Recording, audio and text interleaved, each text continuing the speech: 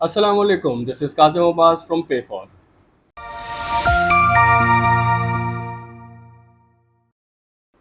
आज हम specifically higher की ऑटोमेटिक वॉशिंग मशीन के एरर्स के बारे में बात करेंगे कि अगर मशीन E1, E2, E3 या कोई ऐसा एरर शो करे तो उसकी प्रॉबल वजह क्या होती है और उसका पॉसिबल सोल्यूशन क्या है।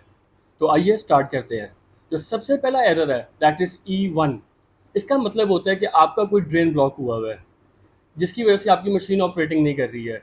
और इसका पॉसिबल सोल्यूशन ये है कि जो आपका ड्रेन होज होता है उसको आप साफ़ करें, स्टार्ट स्टॉप के बटन को एक दफ़ा प्रेस करें, आपकी मशीन वर्किंग में आ जाएगी वापस। अगला एरर जो आपको फेस हो सकता है वो है E2, जिसका मतलब है कि आपकी मशीन करना काम छोड़ जाए। इसकी जो प्रॉब्लम रीज़न होती है वो ये होती है जो मशीन का लिड है वो सही तरह बंद नहीं हुआ होता। तो इसके लिए आपको चाहिए कि आप अपना लिड जो है उसको प्रॉपर बंद करें, आपकी मशीन काम करना स्टार्ट हो जाएगी। जो अगला एरर है वो है E3। इसका मतलब होता है कि आपकी मशीन काम कर रही है लेकिन स्पिन नहीं कर रही है। इसका मतलब ये होता है, जिसके प्रॉबल कॉज है वो ये होती है कि जो आपके अंदर लॉन्ड्री है वो अनइवनली डिस्ट्रीब्यूट हुई होती है, या आपका जो मशीन का लेवल है वो प्रॉपर्ली लेवल नहीं होती। तो इसका जो सोल्यूशन है वो ये है कि आप अपनी रीडिस्ट्रीब्यूट करें लॉन्ड्री, उसको कपड़े को सही तरह एक दफ़ा डिस्ट्रीब्यूट करें, और जो आपका मशीन का लेवल है उसको एक दफ़ा चेक करें, स्टार्ट पॉज का बटन एक दफ़ा प्रेस करें, आपकी प्रॉब्लम रिजॉल्व हो जाएगी। अगला जो एरर है वो है E4।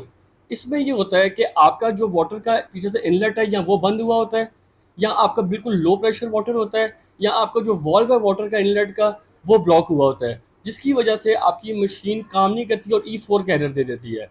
इसका जो प्रॉब्लम सोल्यूशन है वो ये है कि आप चेक करेंगे जो आपका वाटर इनलेट है उसको एक दफ़ा साफ़ कर दें।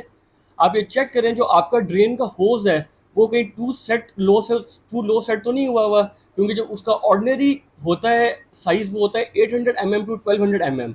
आप चेक करें आपका पीछे से वाटर लेवल सही आ रहा है और आपका पानी का प्रेशर कम तो नहीं है। अगर आप ये चारों चीज़ों का ख्याल करेंगे तो आपकी मशीन वापस वर्किंग में आ जाएगी और आपका ये E4 का एरर ख़त्म हो जाएगा।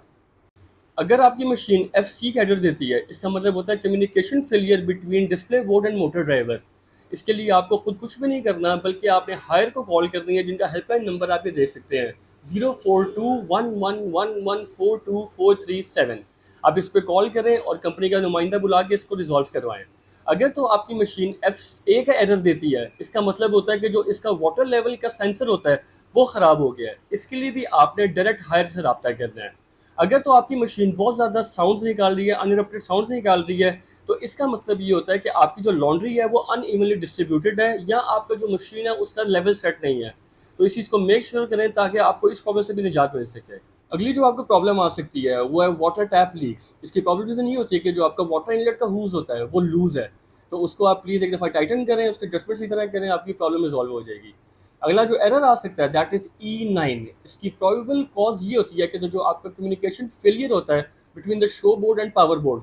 इसके लिए आपने खुद कुछ नहीं करना, बल्कि आपने इस पर हायर पे कॉल करनी है। तो जो अगला एरर आ सकता है दैट इज़ E8।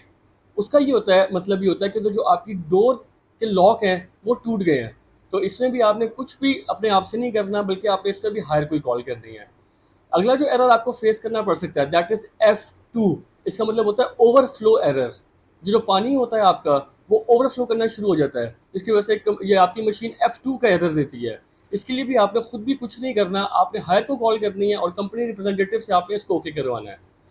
अब मुझे उम्मीद है कि आपको ये हमारी वीडियो पसंद आई होगी। अगर आप ऐसी और फर्दर वीडियो अपना देखना चाहते हैं तो हमारे चैनल को लाइक, शेयर और सब्सक्राइब करना ना भूलिएगा। Stay tuned for further updates. Until then take care, अल्लाह हाफिज़।